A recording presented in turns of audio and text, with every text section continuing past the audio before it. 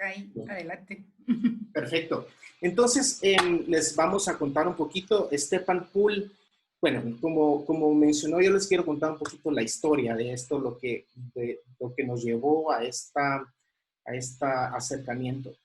Nosotros con Gaby, mi esposa, hemos trabajado por 10 años en el desarrollo de una franquicia internacional que tiene como sus clientes principales los bares y los restaurantes. Y ustedes saben, esta es la industria que está más afectada en esta pandemia y pues por esa razón nosotros fue claro muy temprano en la pandemia la necesidad de reinventarnos porque sabíamos que los negocios iban a tardar bastante. Ya estamos teniendo algunas malas noticias sobre eso, pero en poder volver a abrir y poder operar a una fracción siquiera de su capacidad. Pero estando dentro de la industria, sabemos que en muchas ocasiones operar a un tercio de la capacidad no es una propuesta muy viable, entonces nos preocupa mucho. Entonces un día, muy al principio de la pandemia, nosotros nos sentamos con mi esposa y decidimos, bueno, vamos a tratar de encontrar la forma en ayudar cuando esto reactive a esta industria que tanto queremos, la industria de la hospitalidad. Entonces, nos pusimos a pensar y tuvimos sesiones largas de hacer brainstorming, de cómo podíamos apoyar a nuestra industria para que pudiera llegar al nivel de rentabilidad en la que estaba, que era la que nos hacía nuestro negocio lo que era. Entonces, ¿qué van a necesitar? Pues ciertamente lo que hacemos, pero lo que hacemos cuando ya tengan otras cosas cubiertas. ¿Qué van a necesitar? La confianza. La confianza nuevamente. La confianza del consumidor. Y eso se suple en buena medida, dado la psicología global que estamos teniendo de la nueva conciencia sobre los vectores de contacto como los principales transmisores específicamente de la gripe. Yo crecí en un hogar en donde había mucha afinidad y inmersión científica muy metida en el tema de la inocuidad y de la salud pública. Entonces siempre, yo recuerdo, siempre era de los que abría la puerta con una toalla seca. Tiene que ser seca, por cierto. Una toalla seca. No es la misma con la que uno se seca. O sea, ahí está causando un gasto, además, por cierto. Pero agarraba con una toalla seca la manija de la puerta y después metía el pie. Para mí era natural ya abrir las cosas con el pie. Y en su momento, cuando Mike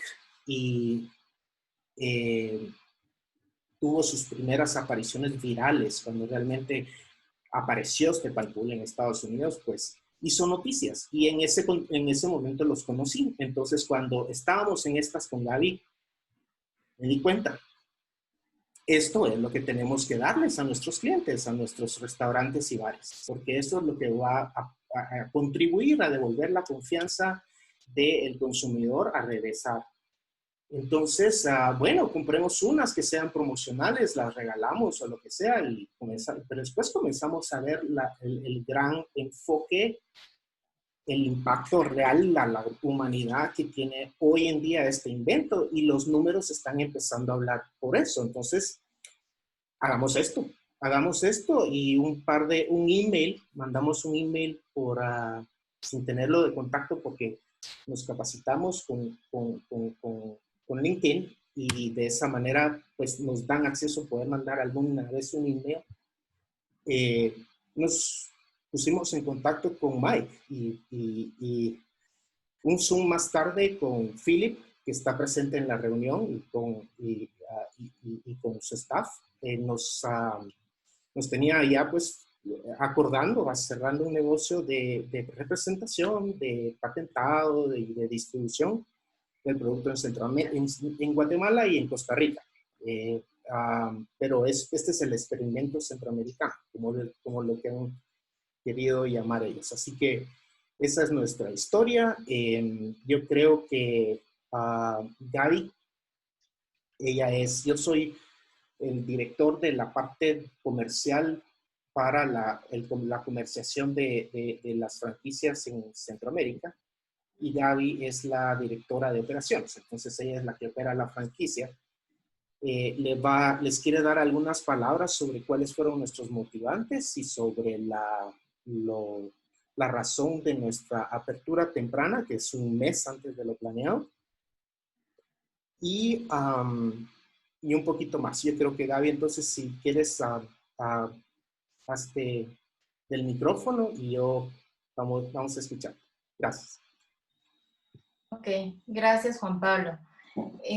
Pues sí, como Juan Pablo les comenta, nosotros al conocer StepNpull nos dimos cuenta que en un principio nuestro motivador inicial fue ayudar a la industria de hospitalidad, que es en la industria que hemos trabajado durante los últimos 10 años con Sculpture Hospitality, y que está siendo pues seriamente afectada. Sin embargo, rápidamente nos dimos cuenta de que StepNpull es un producto que puede ayudar a todas las industrias prácticamente, no solamente a la industria de la hospitalidad. En ese sentido, vimos también el gran potencial que tiene StepNpull para proteger la salud de los guatemaltecos, que es algo que a todos nos preocupa en este momento. Entonces, el principal motivador se volvió poder traer a Guatemala un producto original, patentado, seguro, con garantía, que venga a ayudar a la salud de los guatemaltecos, ¿verdad? A evitar ese contagio. Pues ahora estamos con el tema del COVID, pero realmente puede ser evitar cualquier tipo de enfermedad que se propague por contacto con superficies, en este caso específico con manijas, ¿verdad? Contaminadas. Entonces, vimos el enorme potencial de poder ayudar a muchas más personas de las que originalmente teníamos pensado, y entonces decidimos formalizar ya la distribución con StepNpull, ¿verdad? Nuestro segundo gran motivador también es que como Albimanus siempre hemos respetado y protegido la propiedad intelectual. Creemos que la protección de la propiedad intelectual es uno de los grandes motivadores para la innovación, y a su vez la innovación es uno de los motores para el desarrollo, ¿verdad?, de cualquier país y de la humanidad en sí.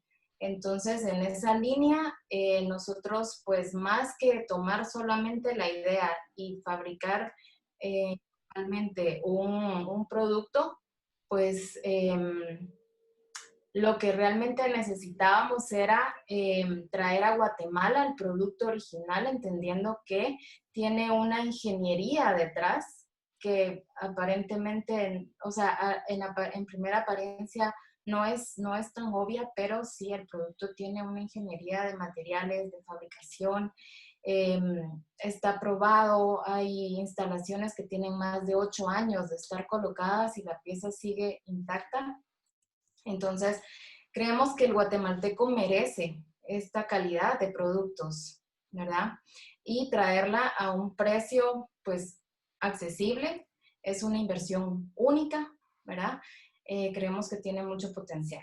Y en la línea de proteger la propiedad intelectual, la marca, el diseño, la funcionalidad, pues ya en Guatemala KRM, que es la empresa fabricante, ¿verdad?, del producto StepNpull, ya se encuentra representada en Guatemala por el bufete de abogados Rivera, Córdoba y Cordero. Y pues ya se encuentran pues con ellos en Guatemala y en Centroamérica, ¿verdad? Nuestro tercer motivador, pues volviendo a lo original, ¿verdad? De apoyar al sector de la hospitalidad que está siendo tan afectado.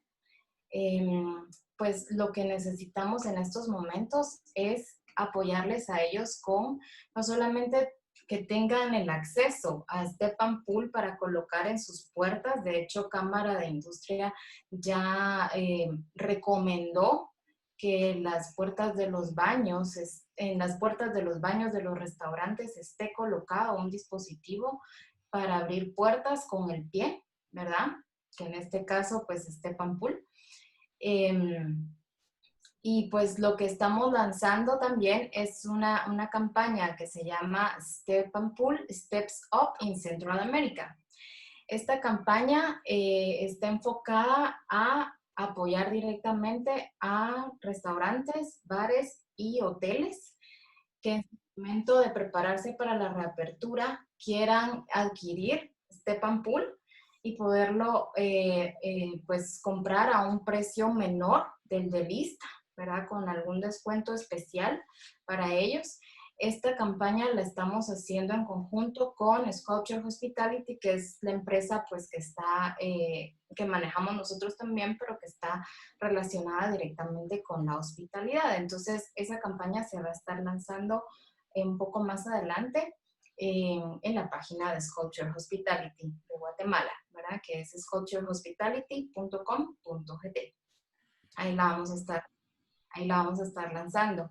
Entonces, pues estamos muy entusiasmados con la idea de ayudar a muchas empresas a proteger la salud de los colaboradores, de los clientes, de los visitantes, ¿verdad? Que reciban y reducir la propagación y la probabilidad de contagio de cualquier enfermedad, no solamente de COVID, ¿verdad? Entonces, StepNpull tiene un impacto económico, social y en la salud de los guatemaltecos y creemos que va a ser de mucho beneficio.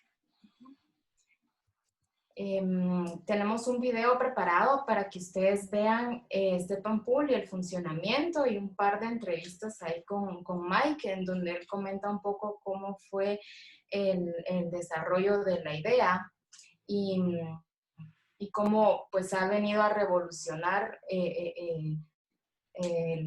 ahora el tema de no tocar las manecillas, ¿verdad? Juan Pablo, ¿nos puedes ayudar colocando el video, por favor? Sí, seguro. Gracias.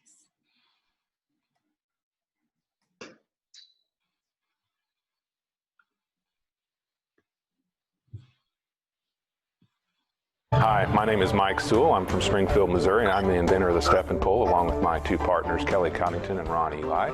We've noticed in the last 5 to 10 years, really noticed how people use a paper towel to pull the bathroom door handle open. And we thought, well, there had to be a better way. And so we put our heads together and thought, why not open the door with your foot? We came up with several different prototypes and worked together for 2 or 3 months to come up with the best functioning device at the lowest cost. It's easy to come up with an idea, but to market it and to develop it and, you know, refine it along the way, that's been a lot of what we've been faced with. And we discovered that if we would go around to local businesses and give our product away to get feedback, that was the best thing that we did early on. And immediately people all over the office were talking about this new product that was in the restroom. It is a long road. You need to be prepared for a long journey, but it's very rewarding and you need to be determined. You almost feel like a celebrity sometimes because, you know, the reaction that you get from people. Right now at 5, during this health crisis, people around the world are certainly turning to a Springfield-based company now that since 2007 has been making it possible to open a public doorway without having to use your hands. Today, Color 10's David Chasanoff spoke with the creator of the StepNpull. We've done stories on StepNpull here at our station many years ago. How does it work? Remind us, David. Well, it's a product that allows you to open a door with your foot.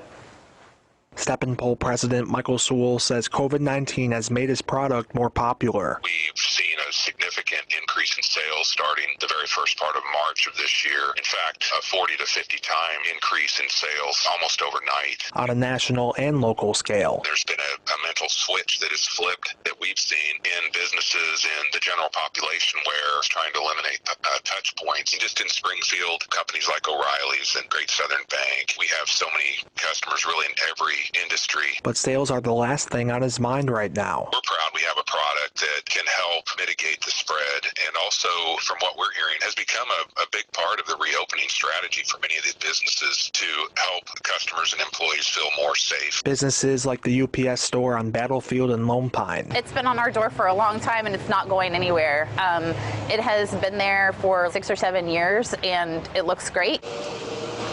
Lots of comments. People love the ease of the step and pull on the door. People want to have a way to get into the business without touching the door, and it offers the perfect solution. Owner Rochelle Scott says UPS is more than just a customer. We have built a great relationship with them. We know what time they're going to roll into our door every day. Scott's store is Step and Pull's main drop-off point. We help them get their packages in the door, get them processed for UPS and ready to roll. I couldn't even tell you how many orders they've seen. It's crazy. Honestly, in the past, they would drop off, a few packages a day. Now it's hundreds.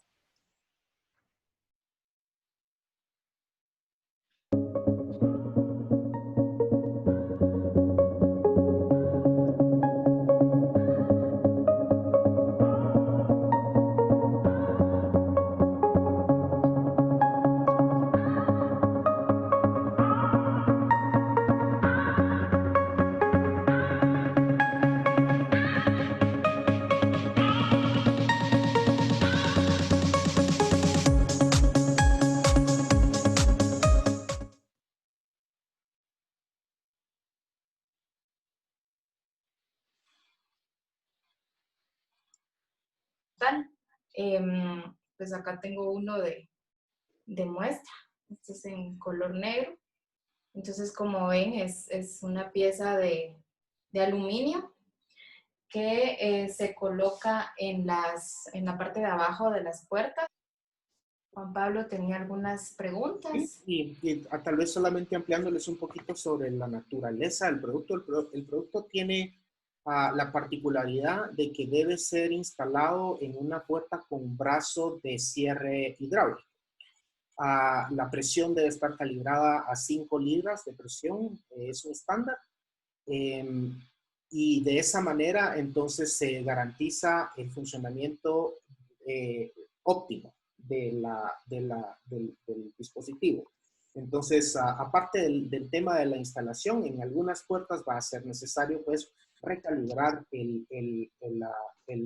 la fuerza que ejerce el brazo hidráulico para cerrar las puertas. El peso de la puerta es relativamente irrelevante. Solamente es relevante la fuerza con la que está graduado el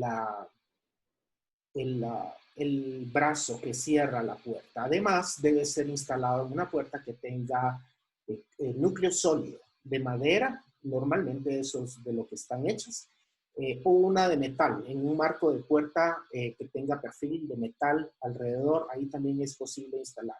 Actualmente estamos trabajando en una solución para las puertas de vidrio templado. Presentan retos especiales, entonces pero ya está en desarrollo una solución para ese tipo de puertas. Esas son las únicas dos particularidades que tenemos por el momento y un poquito más sobre el producto en sí. El producto en sí no es metal doblado. Hemos decidido anticipar el inicio de operaciones en Guatemala para poder empezar a suplir órdenes del dispositivo original que goza del buen nombre, porque lo que ha sucedido en Guatemala, como en todos los países, yo creo que ahí las experiencias de Mike un poquito más adelante van a ser mucho más reveladoras, es que se está copiando a diestra y siniestra el dispositivo. Y eso es un problema, porque estamos viendo dispositivos que pueden ser potencialmente peligrosos porque al doblarse la cantidad de estrés al que este dispositivo está sujeto no es poca. Esto que ustedes ven es aluminio templado de grado de aviación, aluminio T6. Además, esto no es metal doblado, ni es un perfil de aluminio cortado y después hecho maquinado para que tenga sus bordes y todo eso. No, esto es aluminio extruido y templado. Entonces sale como espagueti derretido de una máquina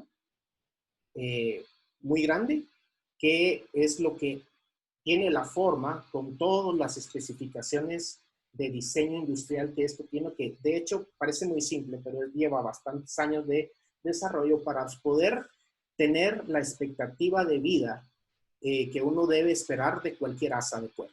Entonces, y como el estrés al que esto es sometido, que no es poco, el peso de una pierna es bastante, entonces el uso repetitivo causa que estas malas copias no duren, pero el problema de seguridad principal es que cuando comienza a doblarse, se puede trabar en la sisa del piso y en la siguiente apertura, pues si lo hacen con suficiente fuerza, se puede terminar de doblar y atrancar la puerta y atrapar a gente adentro. Entonces, esa es nuestra preocupación principal.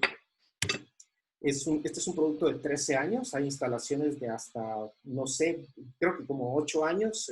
Por ejemplo, la que vieron en el video de la tienda de UPS en Springfield, pues es eso, ¿verdad? Ha estado ahí por años y de repente tomó para la humanidad tomar conciencia de la relevancia que tienen las superficies de contacto en el contagio de los virus particularmente, que son los que más estragos pueden causar. Eso quiero introducir, me voy a cambiar a inglés y voy a introducir ahorita está presente Mike Sewell. Hi, Mike. Hello. Mike Sewell es el inventor de StepNpull, el cofundador y presidente de KRM Innovations, Inc.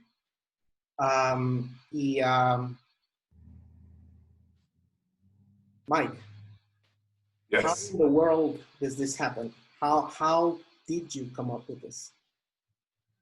Well, that's a good question. First of all, thanks for having us today. It's a real honor to be here. We're really excited. And thanks for putting this together and for the invite. It's a real thrill. You know, the story is back in 2007 when I managed a facility. We had about 150 employees in this facility. And, you know, I took care of the office. I noticed people would grab the door handle with a paper towel and just toss the paper towel on the floor. And you know, that was a little annoying to me, but I understood the reason behind wanting to use a paper towel to touch that door handle. And, you know, there had to be a better way around it. And, I thought, why not use your foot? So I started working with my two friends that also worked at the office, and we put our heads together and tried several different versions, different prototypes. And, you know, the StepNpull is one of the last things we really went to, because initially we didn't think that would be a very good design. We tried to come up with a way to put your toe up in something, and it just didn't make sense to us at first. But once we put that on a door, the initial design, step down, pull the door open, it was magic. It was wonderful. It was truly the aha moment of the design, because we knew that it was so counterintuitive. There was nothing else out there like it, and we knew we had a winner. So that was so exciting. And the reaction around the office, we put it in an office and trialed it, and it was just amazing. So, and tell me about how you've been. Where I understand that from our talks before, that you were very well positioned within the Fortune 500s and those companies that do care a lot of industrial safety, and government agencies. They work with your big clients as well, like clients like NASA and the U.S. Postal Service and agencies that really had to follow certain stringent industrial safety and, you know, frameworks of that before were probably an afterthought, especially in our country. I come from information security, for example, the frameworks for industrial for security are adopted by very few, because they're expensive. They are difficult. They require investment, and sometimes this is totally off the top. And if you're a small enterprise, then you probably don't have this at the top of your mind. But suddenly, this became top of mind for humanity, and this is why you're booming right now. But how were your first years? Yeah, so in the beginning, 13 years ago, it was, it took a while because it was a brand new concept. We'd open doors with a handle traditionally for thousands of years actually, and so people were skeptical. People had questions. In the beginning, we gave a lot away in Springfield area just for proof of concept, so we could learn. We wanted to get feedback, but we also wanted just to get the product out there so people could see, people could start building the trust factor. But it's true through the years. I mean, you mentioned the industries. Really, I can't think of an industry or a type of business we're not in. I mean, we even have large insurance companies that have purchased from us. So if you can imagine companies that sell risk insurance for safety reasons, that they put them in their offices. So we're really long past that. I won't say we never get a question about safety anymore, but within the U.S., I mean, as far as proof of concept, I understand this is newer in a lot of these other countries. For us, the thing is we have this track record of 13 years. It's proven we've not had any issues and any incidences. So it's really very very straightforward to use and very safe. Awesome. And when did when did you think that the business as itself came into fruition? Was it when you patented? When did you go national? Well, it had been a slow, steady growth. The first 4 or 5 years were pretty flat, and then it started kind of an exponential growth year over year. And we started to gain more traction through social media campaigns, but also a lot of organic growth. Just people see the product, they use it. Early on, we decided that, like with any product like this that is truly new and unique, there is of course, you have to have an awareness out there. You have to create awareness. And over time, if it's a good product, which it is, people will accept it. They'll start to, start using it and eventually demand it. A lot of people that I've known through the years, they said, yeah, I love it. I go to a certain, convenience store because they have a step-and-pull. I know I could get out of the bathroom without touching the handle, or, might go to a store where they, like a UPS where they know their hands are full when they walk in and they have a way to open the door without touching the handle, or, so we are definitely in the demand phase, which has been accentuated by the unfortunate pandemic that we're in the middle of with COVID-19. That's the bad news. The good news, we're very proud to have a product that can help with help mitigate the spread. That's just truly amazing. Awesome. Thank you, Mike. I'm sure we're going to have questions later, so I don't want to take more time than I need and steal everything from Philip, because Philip is the person that really made it happen. I mean, this is the person that we dealt with from the very beginning. And I want to introduce you now, Philip. You're manager of international distribution. Is that correct? Yeah, that's correct. All right. So the mic is all yours. Awesome. Well, as Mike said, thank you guys for putting this all together and for everybody who's taken time out of their day to participate on this Zoom. A new technology that we're all getting used to right now. But yeah, I've personally worked in international business for about 8 years, and we've worked with stepnpull for 4 or 5 years now. And as they started to see this overwhelming demand across the globe for their product, we partnered up with them closer to help find the right distributors, help us find the right partners. One of our strategies from early on has been, it's not about profits, it's about people. If you partner with the right people, if you partner with distributors in other countries that understand their markets, that are that share the same morals and ethics that we have as a company, will grow, and we know that.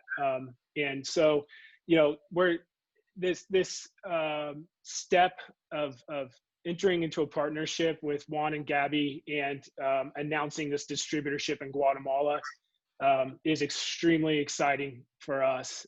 I know that we've put a lot of time into this to making sure that we're doing it right. And you know, to say we're excited is an understatement. We're looking forward for some awesome things to come from this partnership. Nos preguntan si el dispositivo genera estática al ser colocado en las puertas, las que son accionadas pues con alguna forma de electricidad. La otra pregunta es la durabilidad de la pieza considerando la humedad en estos países, ¿verdad? La otra pregunta es ¿cuándo estará disponible en Guatemala? Y el precio del dispositivo, ¿verdad? ¿Quieres? Puedes contestar las dos que son nuestras. Ok, sí, el precio del dispositivo es de 265 quetzales por unidad. Pues lo que trae es el dispositivo como tal, ¿verdad? El StepNpull. Tenemos una tarjetita con instrucciones, ¿verdad? De instalación. Y tenemos los tornillos pues para instalarlos, ¿verdad? La instalación es muy sencilla, 5 minutos, no necesitan una instalación especial ni nada, ni necesita mantenimiento posterior. Y pues una calcomanía para ayudar a las personas a que vean el dispositivo y lo utilicen. El precio ya incluye IVA y pues es básicamente el mismo precio de StepNpull en Estados Unidos, ¿verdad? Obviamente ya colocado en Guatemala con todo el trámite del transporte, las importaciones y todos los impuestos, ¿verdad? Entonces el precio en Guatemala con IVA incluido 265 por unidad. ¿Cuándo los tendremos disponibles? Consideramos que a principios de julio vamos a tener ya acá disponible en Guatemala el primer lote. Sin embargo, a partir de hoy ponemos a su disposición la tienda en línea en nuestra página stepnpull.gt. Ya pueden hacer sus compras, ¿verdad? Poner el pedido y pues les estaremos en ese orden apartando el inventario. El momento de tenerlo en Guatemala, pues entonces lo empezaremos a entregar. En cuanto a la durabilidad, considerando la humedad, el dispositivo es de aluminio, entonces la humedad no le afecta, ¿verdad? Y en cuanto a la estática que nos preguntaban también, pues tampoco, no es un factor que genere estática porque va con metal unido, es una pieza de metal unida al metal de la puerta en este caso, ¿verdad? Entonces no hay una estática que se genere para nada. Perdón que los interrumpa. ¿Les puedo hacer una pregunta a ustedes? Y también a Philip, que él es el que distribuye el producto. Se la voy a hacer en inglés de una vez, pero bueno. Hi, Philip. My name is Natalia. I'm a journalist, and I want you to ask you something. Well, here in Guatemala, well, in the city, there are many people who have access to this type of products. So I wanted to ask you if you have considered to look at other places in Guatemala, well, like the States or in the hospitals or clinics or something in other places from other than the capital of Guatemala. I don't know if I believe, yeah. What I think what you're saying is whether we're going to be distributing the product only in the city. No, we have set up a e-commerce website, so our channel is strictly electronic, and we will be shipping most likely in July with Cargo Express. So we already begun dealings with them. UPS we're considering already the opening of the channel for Costa Rica formally, because that's another area that we're going to serve out of this venture. So we will be shipping this. This does not require installation. It's very simple to install. The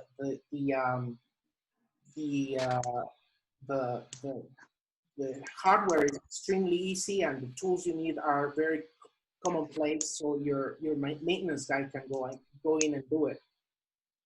But no, we will be distributing this and delivering this nationally in Guatemala at the beginning, and we're going to be distributing internationally as soon as UPS comes online. And we have some extra product. We have, well, air customs has been a problem during this pandemic. They all closed. Sometimes planes had to go to free ports in South America, the last remaining free ports, and queue up in there, and so shipment became out of this world expensive. We have to bring it by boat, and that's why we're so late to market, because all the knockoffs are already flooding it. But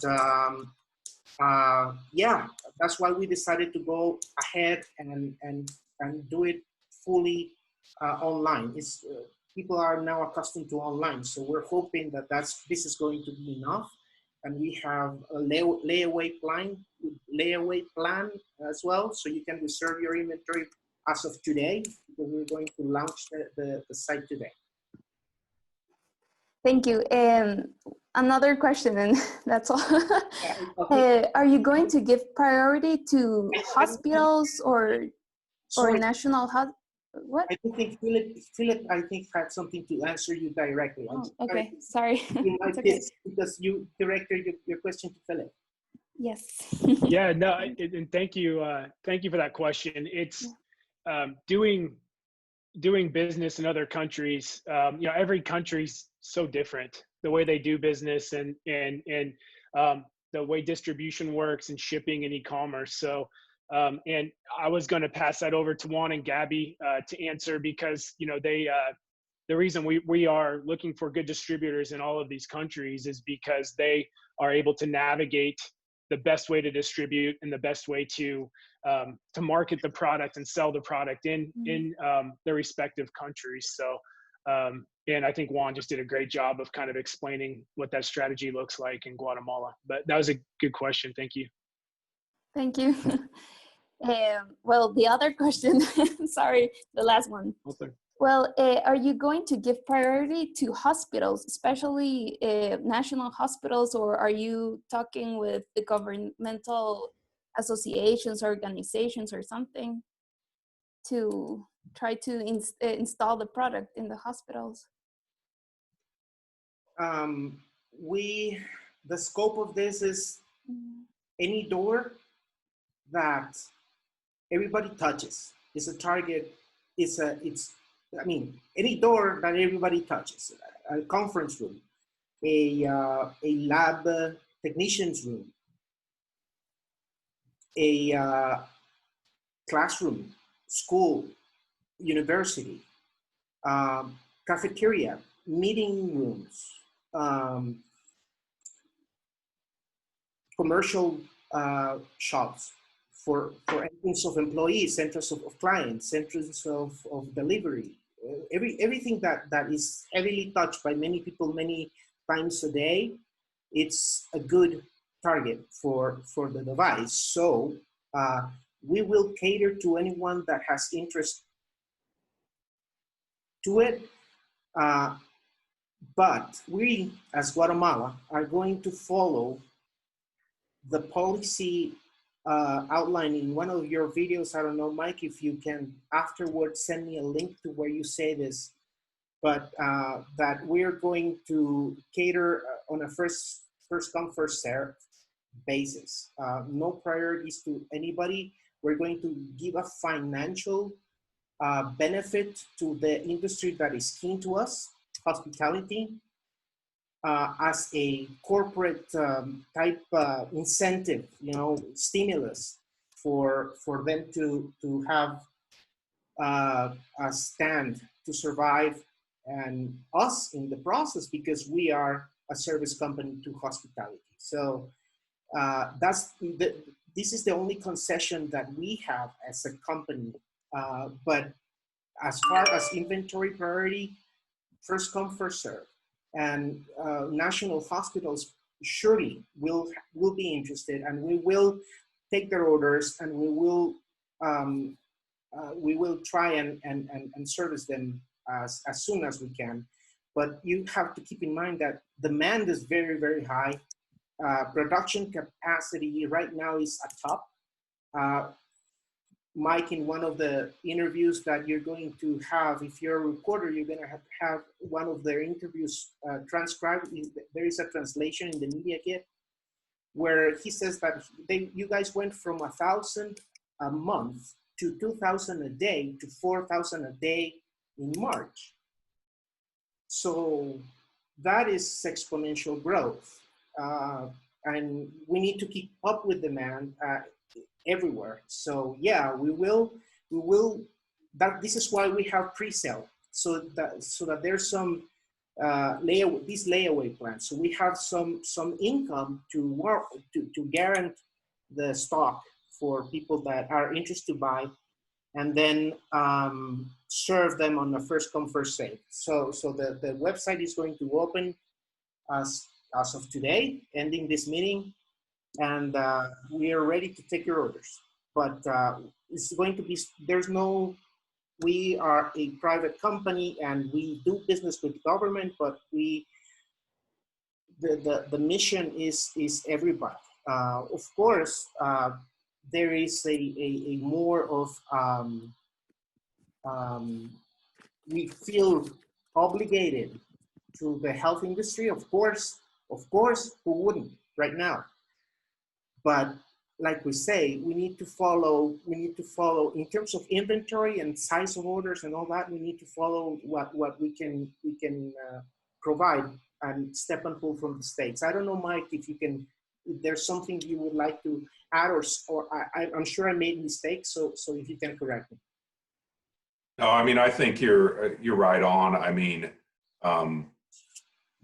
really, we've not had to give priority necessarily to certain industries while we serve orders from all over.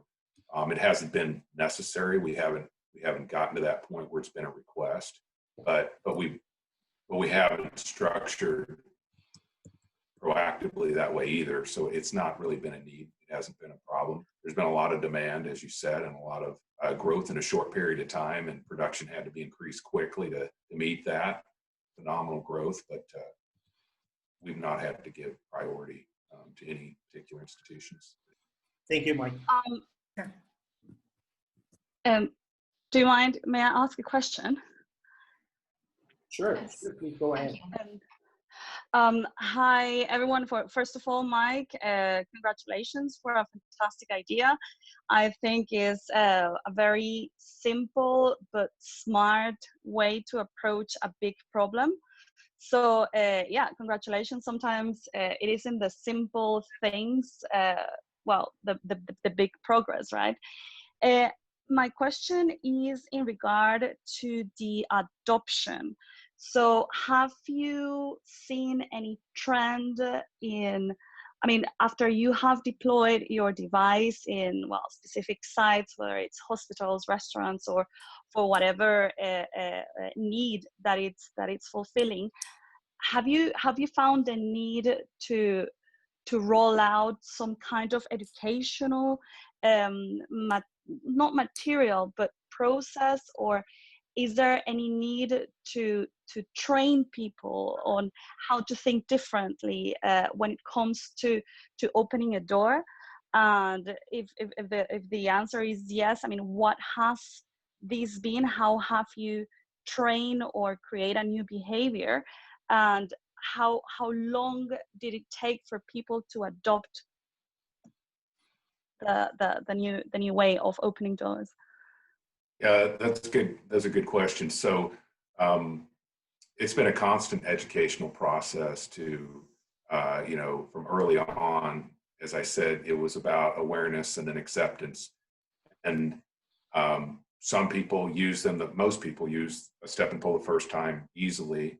Some, it's a little bit of a technique. Some, it's just because they don't know it's there, to your point.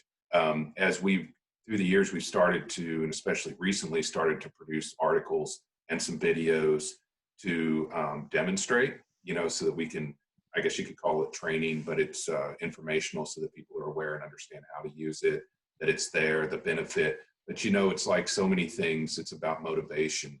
As I mentioned, we had some good growth through the years, but when we come again this pandemic and people immediately did not want to touch, you know, they're thinking that door handle and all these other people that have touched it. So motivation's probably the biggest, quickest route to any behavior change, as you said, it's a change in behavior. And we've seen that shift significant. And so when they have the motivation to use it and the desire, it seems like there's a lot more awareness automatically and a lot more use. So, but it is an ongoing thing. And a lot of our growth through the years has been organic in that people see it, maybe they don't use it the first time, they see it the next time they're at the restaurant or wherever, and like, well, that's pretty cool, let me try it. And so it has been a slow growth through the years. And because we were so well positioned and we've been out there so long, at least in the US, it just, you know, so deep rooted. And then immediately when that heightened awareness hit, everybody's like, oh, that's great, I want to use those. And, you know, they brought it to their businesses where they went, the idea, and said, hey, we need StepNpulls. And employees told their employers, hey, we want these devices on the doors. So I don't know if that answers your question. We don't really have a formalized education, but we do have material, and it's been an ongoing education process. Cool. Just to follow on that question, and probably this is a question for Philip. As part of the distribution and commercialization strategy, are you supporting the commercial execution with some sort of awareness campaign? So for example, you're right now entering Guatemala and potentially other countries in Central America. Are you planning to push the commercial strategy by supporting it with any awareness campaign so that people can actually be aware of what the importance of such product is? And that's it for me. Thank you. No, thank you. That's a good question. And that's, you know, as we continue to grow, we're starting to look at additional strategies like you just mentioned. Over the last 3 months, it's really just been reactive. We've really just been responding to inquiries that have come our way for distribution across the globe. And, you know, we probably had 70 different distributors all across the world reach out to us to ask about partnership. And of those 70, through our process of building the relationships and learning more about these potential distributors, we've really narrowed it down to about 10. Juan and Gabby and Guatemala being really our first or second formal international distributor outside of a few that we already had in place prior to this year. So, but I think like with any company, that will start to slow down, and there will be markets or industries, countries that we will want to build a presence in. And so that will be more of a proactive marketing and communications, educational effort to find the right partners in those countries. But yeah, right now it's just trying to be reactive and support the inquiries that have been coming in. Thank you. I don't know if it's too much, but may I ask one last question? Please do. Go ahead.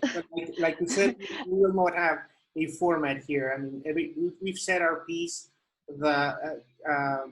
Claudia is going to be sending you guys for people here from the media. If you have any other engagements, then please feel free to leave, because we are already finished with the official part, and everything else will be hopefully answered in the media kit that Claudia is going to distribute with you guys. And for the remaining clients, friends, and whoever finally joins us today. We will keep going as long as there's questions and as long as you guys in the US have time. Hey, this is awesome. We'll make time for this. Yeah. Yeah. Just one last one out of curiosity. So are you at some point planning on opening new production centers in the countries where you are distributing if need be? Yeah, so yeah. Go ahead, Mike. Go ahead, Phil. Go ahead, Mike. Okay, I got it. So yeah, so it's not out of the realm of possibility. We have done that in some countries. We have partnered with distributors and we have done that. So where it makes sense, you know, it's just kind of a case by case basis. I know in a lot of countries, just like in the US and all over the world, there's a lot of pride when a product is manufactured within the country, and we love to support that where it makes sense. Thank you. Philip, you have something else? Yeah, I mean, just to reiterate what Mike said, we've certainly expanded manufacturing outside of the U.S. We just had to meet the demand and navigate the global economy, and so we do have manufacturing, you know, currently in Canada, Australia, Europe, U.S., Vietnam, China. And it helps us be more strategic and get costs to where they need to be. So it's something that small businesses can afford to put the highest quality solution on their door at an affordable price point. But I imagine that list will continue to grow. We have covered everything that's come up our way so far? Yes. Fantastic. Yes, Hey, Juan, I did see a question there, and maybe you guys have answered it. I apologize. No. My Spanish-speaking capabilities are non-existent, unfortunately. But I did see a question about the durability of it, especially in more humid areas. And I think it's important to mention that we put a huge emphasis on the quality of the product, which includes a 2-year warranty. We're even talking about potentially extending that. We have customers who have had these on their doors for 13 years now. So because of the extruded aluminum process and the powder coating, they do hold up to more demanding climates. So I just saw that question come through there and thought take an opportunity to answer that. And they are both for interior and exterior, right? Correct. No, well, what I want to just reiterate what's been said by Philip a few times, and that, you know, we've had some challenges along the way, and most recently, you know, adapting to the high rate of growth that we've seen, and with that, all the things of adapting your business and production and all that. But I would say what comes to mind is because of, you know, we pretty much had, you know, in the U.S. we had a handle on that, but with all the international inquiries, that has been a challenge, you know, to work with. And, you know, Philip, that's why Philip is working with us to help us navigate through those. And because it is at the top of our list is finding great people to work with. We are definitely about relationships. I mean, we are a business, but we understand the foundation to not just business, but life is forming great relationships. And so I wouldn't call it so much a challenge, but maybe a journey to get there. And you mentioned also earlier some of the knockoffs that are out there. That's been a bit of a challenge. Not so much that it affects us. We're still selling like crazy, but the confusion it causes in the marketplace where we have a very high quality product, and many of these products that are being knocked off are very substandard, and that's concerning. But no, I just want to emphasize the relationship piece. We're so excited to work with Gabby and Juan, and just we know it's going to be just an awesome opportunity in Guatemala. Perfect. Yeah, and to reiterate that too, just you know, with this kind of being the formal launch of our partnership, Juan and Gabby just wanted to formally introduce you guys and welcome you to the StepNpull family. And I look at this as an excuse to have to take a business trip to Guatemala after everything opens back up and see your beautiful country. But this is, we're really excited to see where this long-term partnership goes. And our goal is to help you guys help industry open back up in your country. If we can do that with our product by mitigating the spread of germs, then you know, that's more exciting than anything right now. So thank you guys. Thank you, Philip. Thank you, Mike. We received actually two questions from the sign-up form that I don't think we have addressed. We have more, but I think we've addressed them all. But one of the questions is,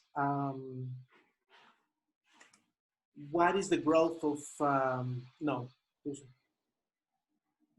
what's the solution for glass doors?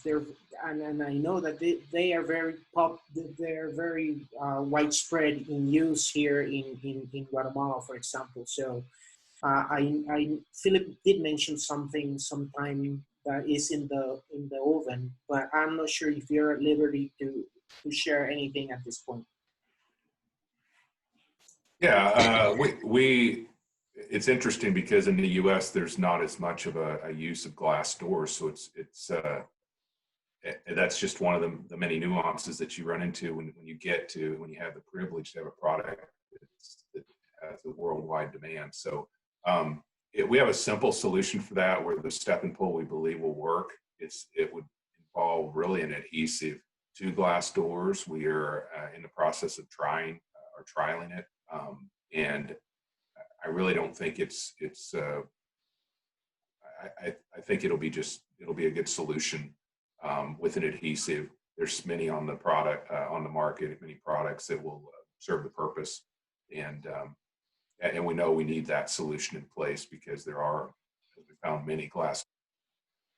Yeah, and to elaborate on that just a little bit, I think we've had a lot of distributors asking about other products in addition to the step-and-pull, and at the core, the three founders of the company, Mike, Ron, and Kelly, these guys are inventors and they're tinkerers, and they figure out solutions to problems. And so one of the things that's exciting is that we have multiple additional products that are currently going through prototyping and testing that we are looking to roll out as additional solutions to help with the stopping of the spread of germs. So not only just a solution for glass doors, but some other exciting products that we're hoping to introduce soon once we can get through that whole process. But these guys, every day we get on a call with them, the ideas and the solutions that they start coming up with through these brainstorming sessions are pretty amazing. It's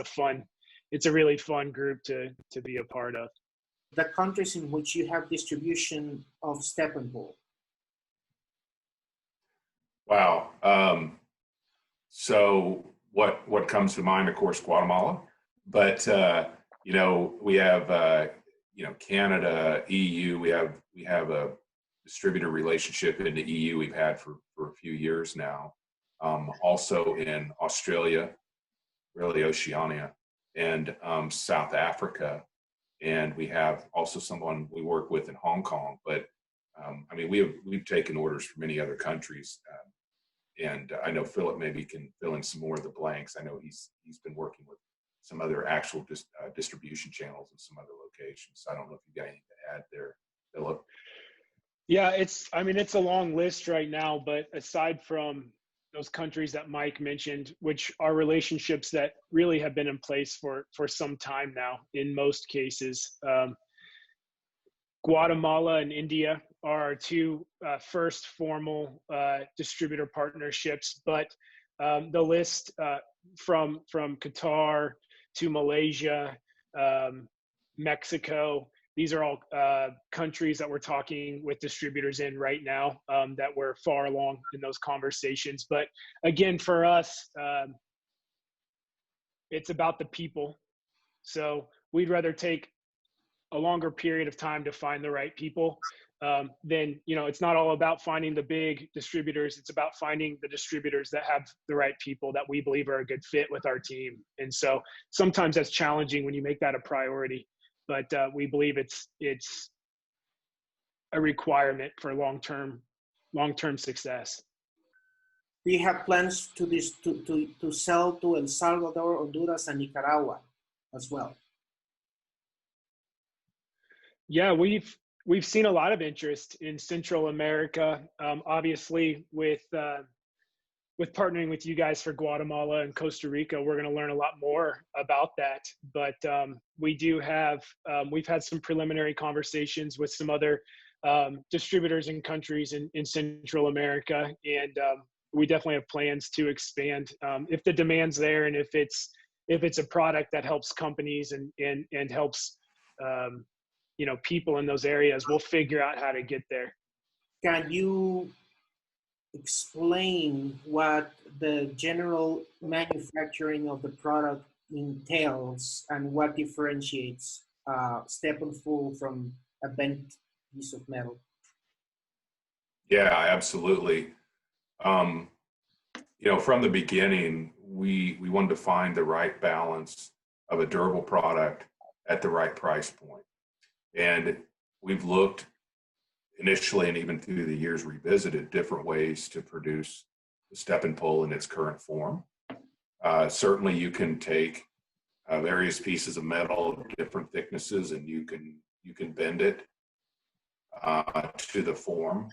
We've never really aesthetically liked the way it looked, first of all, but from a durability standpoint, we feel that the extruded aluminum is just the better choice for quality. The process involves using extruded aluminum, and what that means is, you know, it's kind of like, well, we have Play-Doh in the U.S. It's, you know, sometimes Play-Doh, you get these little molds that you use and it squirts the Play-Doh out. Well, extruded aluminum is made in a foundry, and it's hot aluminum. I think we probably say that wrong, right? I think some people say aluminium. So forgive me, but so it's extruded out, it's hot in a channel, and then it goes to a machine shop, it's cut into sections, and then it's put on a CNC machine, which is a computer driven machine that runs the tools that actually do all the cutting and cuts it to form. Then it's sent to either powder coater or anodizer for the finish, for a good durable finish. It's sent to, the next step is an engraver to engrave the logo. And then of course the packaging piece. So it's a bit of a process. It's not as cheap as stamping out of metal, but we believe it's the right balance between what the customers want, and we know it's correct because of our sales, that that's what they want to see, and what they prefer is the track record, the proven track record of our product, our design. And as Philip mentioned, we have product out there that's been on doors for 13 years and, you know, works great. So very durable. Perfect. So with that, let me just introduce also Rodrigo, who is present at the meeting right now. Rodrigo is StepNpull's representative in all the issues that pertain to licensing, manufacturing, whatever. We anticipate there's going to be queries in that regard, and also as far as intellectual property and patents and marks and all that jazz. A link to his website is in ours, and a form to send him any queries that you may have. So with that, Rodrigo, if you have anything to say, or just say hi. Well, hi, Juan Pablo. Thank you for this opportunity. And hi, Mike, Philip, and everybody that's come to the presentation. Hello. Well, for me, it's a great opportunity to work with two great companies, the Guatemalan company from Juan Pablo and Gabriela, and the U.S. company from Mike and Philip. It's been a great pleasure to work with them, because they are a very well-established company. As Juan Pablo was saying, we're legally representing them here in Guatemala. and we're really happy to have to be a kind of partner to them, because they had this trademark for 7 years, and they've been selling this great product for a long time. And you can say, well, experience is everything in this, and in this type of product, it differentiates from every other product or any copy, because of their quality and their design. Usually, when you make this type of invention, it's not just based upon as a piece of metal, as someone asks. It takes like practice and research to go ahead and to make some type of product that you can say has been placed in a store for 8 years, and they don't have any type of issues with it. That's a really good track record. So for us and this law firm, it's a great pleasure to work with them.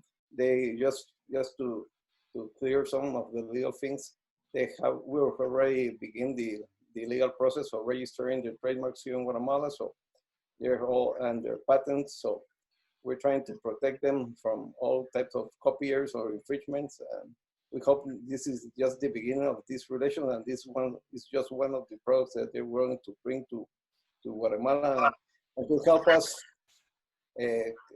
start the economy here. I think this will be a good product that every type of firm or company has, so all the employees and the clients will be safe.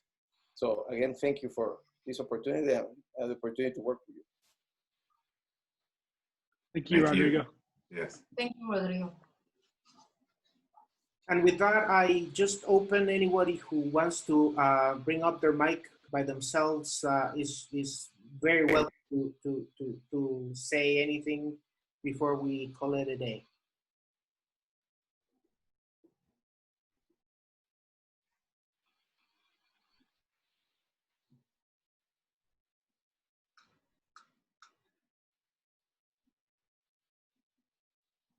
I don't think there's any more questions. I thank you, all of you. Nuevamente, gracias a todos por su asistencia el día de hoy. Para nosotros es un gran orgullo poder aportar a la economía con un producto disruptivo y una cosa que puede realmente hacer un cambio. Nosotros con Gaby pensamos que este es un producto de impacto para la humanidad. No solamente nos encantó la idea de tener algo en las manos que podía representar para mi país y para esta industria que nos está faltando en estos días. Reactivarnos, porque tenemos que reinventarnos todos. Así que a veces tengamos que reinventar hábitos como cómo abrimos la puerta. Muchas gracias a todos por venir. Gracias a todos por su participación. Gracias a todos por su participación y les vamos a estar, Juan Pablo compartió el link para el Media Kit, pero igual se los vamos a estar enviando vía mail. ¿Ah? Ok, entonces ha sido un gusto. Thank you, Philip. Thank you, Mike. Thank you. Thank you, guys. It's been a pleasure. Thank you.